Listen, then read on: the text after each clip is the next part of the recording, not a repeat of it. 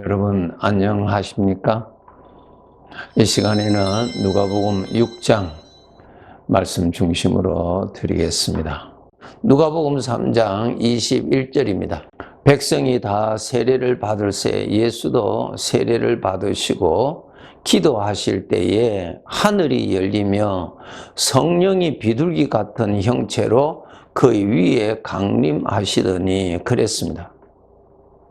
예수님께서 세례를 받으시고 기도하실 때에 하늘이 열렸다. 이 하늘이 예수님께서 기도하신 모습은 우리 눈으로는 볼 수 있죠. 그런데 하늘이 열린 것은 우리 눈으로는 볼 수 없지요. 세례 요한을 통해서 증인으로 하나님께서 그 영적인 사실을 볼 수 있도록 해 주셨습니다. 하늘이 열렸다 그랬습니다. 그리고 성령이 하나님의 영이 내려오셔서 예수님에게 임하셨다. 그러한 내용이 있습니다. 이러한 것은 우리 눈으로는 보이지 아니하는 영역이죠. 그래서 성경을 통해서 영적으로 이렇게 일어나셨구나. 우리가 그렇게 알 수 있는 것입니다.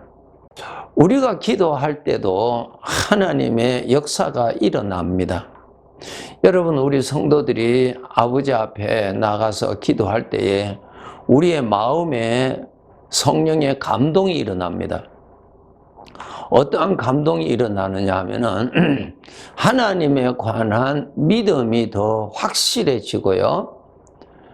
하나님의 그 믿음의 감동이 일어납니다. 죄의 감동 대신에 또 사망의 감동 대신에 내 심령이 살아나는 하나님의 아들로서 회복되는 그러한 변화가 기도 시간에 일어나는 것을 우리 성도들이 누구나 경험할 수 있는 영적인 현상입니다. 누가복음 22장 43절에 보시면은 예수님께서 겟세마네 동산에서 마지막으로 기도하실 때에 천사가 하늘로부터 예수께 나타나 힘을 더하더라. 이것은 우리 사람들의 눈에는 보이지 않지요. 그 영적인 역사를 기록해 두셨어요. 천사가 하늘로부터 예수께 나타나 힘을 더하더라. 이거 영적인 역사죠. 주님께서 기도하실 때에 우리들도 똑같습니다. 여러분, 우리가 엎드려 기도하시면은 이렇게 힘을 주십니다. 무슨 힘? 믿음의 힘을 주세요. 믿음의 힘, 하나님의 말씀대로 믿을 수 있는 힘을 주시고요. 하나님의 말씀대로 믿을 수 있는 믿음을 더 선명하게 해 주시고요. 위로해 주시고 이러한 은혜가 우리 마음에 일어납니다. 이것이 바로 하나님의 영이 친히 나에게 임하셔서 역사하심으로 인하여서 일어나는 영적인 증거들입니다. 그러한 증거들이 여러분 나타나실 때 성령께서 임재하셔서 지금 나에게 이렇게 역사하시는구나 아셔야 됩니다.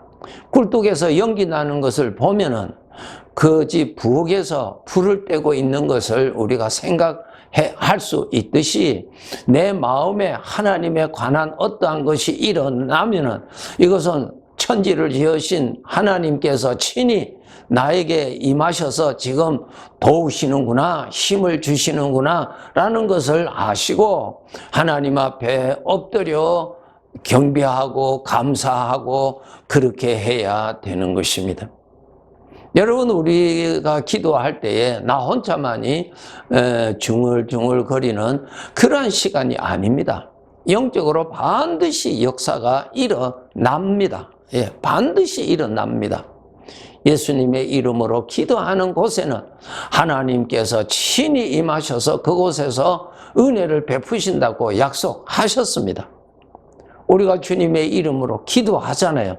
여러분의 마음에 어떠한 영적인 역사가 일어나고 변화가 일어나고 생각의 변화가 일어나고 하나님에 대한 순종에 관한 어떠한 자신감이 일어난다든가 생각의 변화가 일어나고 할 때에 하나님의 영이 나에게 지금 임하셔서 이렇게 일을 하신다라는 것을 아셔야 하는 것입니다.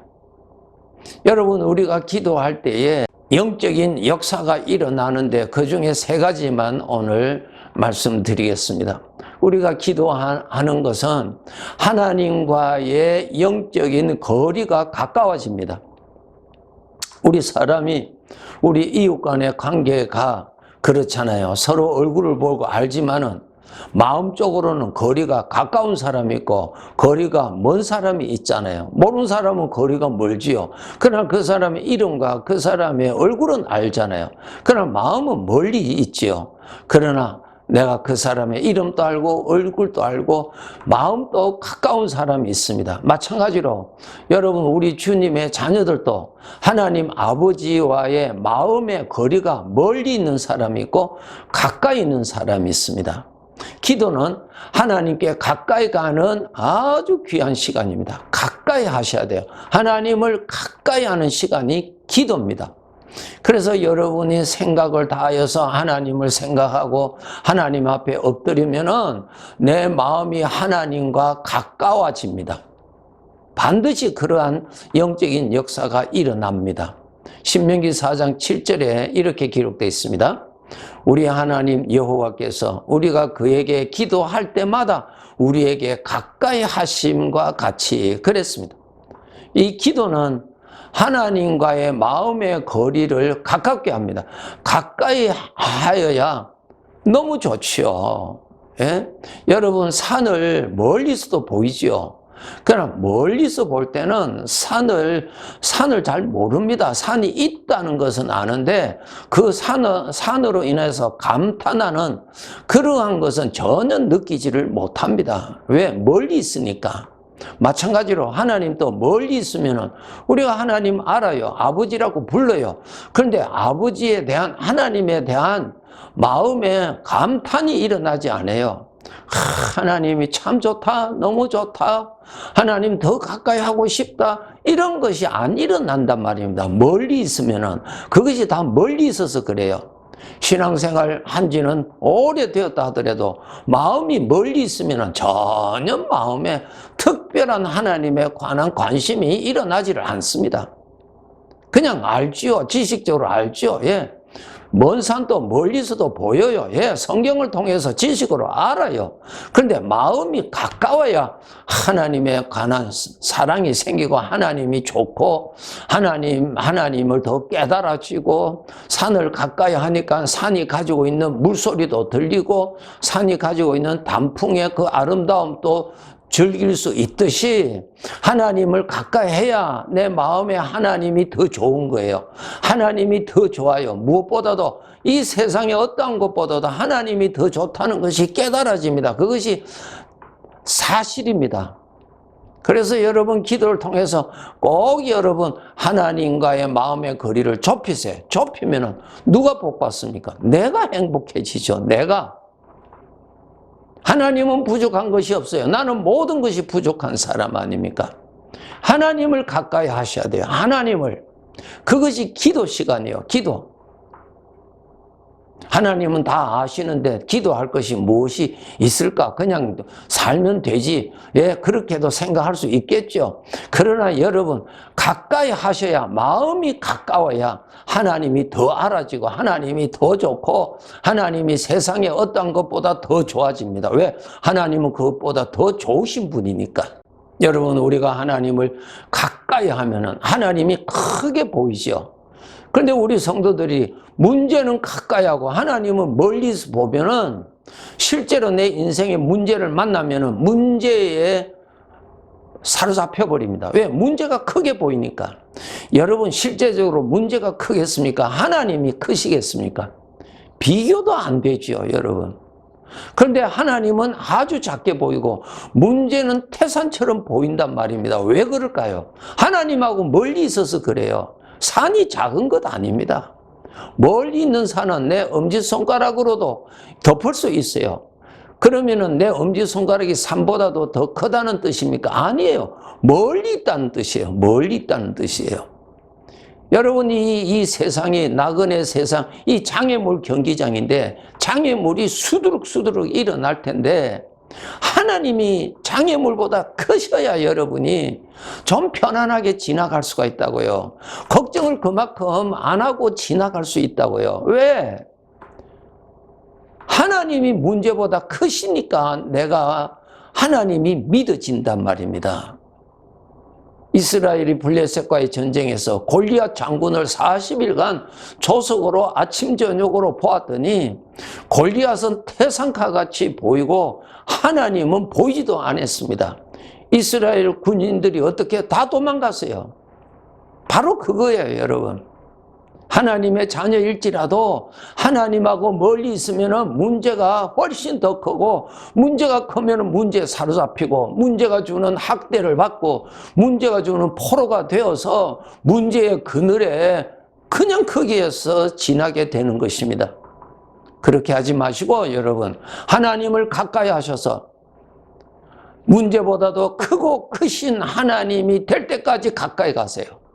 그리해야 장애물 경기 이 나그네 길에 여러분 정말 믿음과 소망을 가지고 형통하게 지나갈 수가 있는 것입니다. 반드시 여러분 그렇게 하셔야 됩니다. 두 번째로, 이 기도는 불을 가까이 하는 것과 같습니다. 여러분, 추운 겨울에 멀리 있는 불일지라도 내 눈으로는 보여요. 내 눈으로는 보이는데 그 불의 도움은 못 받잖아요. 그런데 내가 불을 가까이 가면은 그 불의 도움을 받을 수 있어요. 그 불이 나를 따뜻하게 해주잖아요. 이 추운 겨울에 나를 도와준다고요. 나를 살려준다고요. 그 추위가 나를 사로잡지 못하도록 그 불에서 나오는 더위가, 뜨거움이 나를 이렇게 감싸준다고요. 기도가 바로 그래요. 여러분, 하나님께 가까이 가면요, 하나님의 마음에 있는 평강이 나에게 들어오고요, 하나님의 능력이 내 안에 들어오고요. 여러분, 그렇게 사셔야 됩니다. 하나님의 것을 받아서 사셔야 됩니다. 그런데 안타깝게도 멀리 있는 불을 보고 알듯이 멀리서 성경 지식만 가지고 있고 마음은 뜨겁지도 않고 여전히 추위에서 떨고 있단 말입니다. 왜 그래요? 불을 하고 멀리 있어서 그래요. 불을. 추위만 탓한다고 해서 추위가 뜨거워집니까? 추위가 도망을 갑니까? 추위가 오면은 불을 가까이 해야죠. 그래야 추위에서 내가 해방을 받을 수가 있죠. 우리 성도 여러분, 이러한 영적인 법칙을 반드시 아셔야 됩니다. 하나님은 불이세요. 불. 성령과 불이라 그랬잖아요. 불과 성령으로 세례를 받으리라 그런, 하나님은 불이에요. 불. 하나님을 가까이 하셔야 돼요. 그래야 내 마음에 하나님의 능력이 채워지고 하나님의 평강이 채워주시고 하나님의 인내가 채워지고 하나님의 열심이 채워지고 하나님의 겸손이 채워지는 것입니다. 가까이 하셔야 내 안에 채워진다고요. 지식이 아닙니다, 여러분. 불의 지식이. 여러분, 한겨울에 여러분 추위에서 도와줍니까? 아니에요. 불 자체를 가까이 가야 여러분 겨울에도 그 불의 도움을 받을 수 있듯이 하나님을 가까이 하셔야 하나님이 가지고 계시는 어떠한 능력을 나에게 채워주시는 것을 받을 수가 있습니다. 그래서 성경 말씀에 아버지가 너희가 항상 나를 가까이 하라 그랬습니다. 가까이 해야 하나님의 것이 나에게 채워집니다. 네. 지식으로 아닙니다. 네. 지식은 멀리서도 다 보여요. 그러나 전혀 도움받지 못합니다. 그렇게 살지 않도록 꼭 하세요. 기도를 통하여서 불이 되시는 하나님을 가까이 하세요. 마지막으로 여러분, 기도를 통해서 하나님께 가까이 하면은 하나님의 마음이 더 잘 보입니다. 누구를 향한? 나를 향한 하나님 아버지의 마음이 더 보여요. 하나님이 나를 얼마나 사랑하신지를 보여요. 그 사랑이 여러분 보여질 때 아버지의 사랑을 여러분 많이 받을 수가 있어요. 우리가 이 험악한 인생의 길에 아버지의 사랑이 절대로 필요하잖아요. 사랑이 있어야 위로도 받고 사랑이 있어야 그 자리에 일어날 수 있죠. 우리 아버지가 나를 얼마나 사랑하신지 지식적으로만 알고 동의하지 마시고 여러분, 그것은 살아있으나 죽은 것과 마찬가지예요. 하나님을 가까이 하셔야 하나님의 마음을 읽을 수가 있고, 하나님을 가까이 해야 하나님의 마음에서 보이지 아니하는 사랑을 나에게 부어주시는 것을 내가 받을 수가 있습니다. 그 사랑을 내가 많이 받아야, 그 사랑을 많이 받아야 이 세상에서 위로받고 하나님께로부터 위로받고 살아갈 수 있을 뿐만 아니라, 여러분 사랑 많이 받으면은 내가 하나님을 더 사랑하고 싶어하는 자원하는 마음이 일어납니다. 사랑을 더 많이 받으면은 하나님을 위하여서 내가 희생하고 헌신하는 것까지도 나에게 즐거움이 되고 기쁨이 되는 것입니다. 얼마나 아름답게 살아갈 수 있는 원동력이 되는지 모릅니다. 오늘 여러분 기도를 통하여서 꼭 하나님을 가까이 하셔서 이러한 복이 허락되어 있는 복을 여러분 우리가 더 많이 받고 더 많이 받아서 여러분 복되게 사시다가 아버지 만나 뵙는 그날을 우리가 맞이해야 될 것입니다. 하나님을 가까이 함이 내게 복이라. 여러분 이 세상은 하나님을 적당하게 하라고, 적당하게 가라 그라. 천만에 여러분 속지 마세요. 하나님을 더 가까이 가셔서 하나님의 능력을 받아서 우리가 잠시 지나는 이 나그네 길에 우리 하나님 잘 모시고 살다가 우리가 천국 가는 그날을 우리가 만나야 될 것입니다. 네, 감사합니다.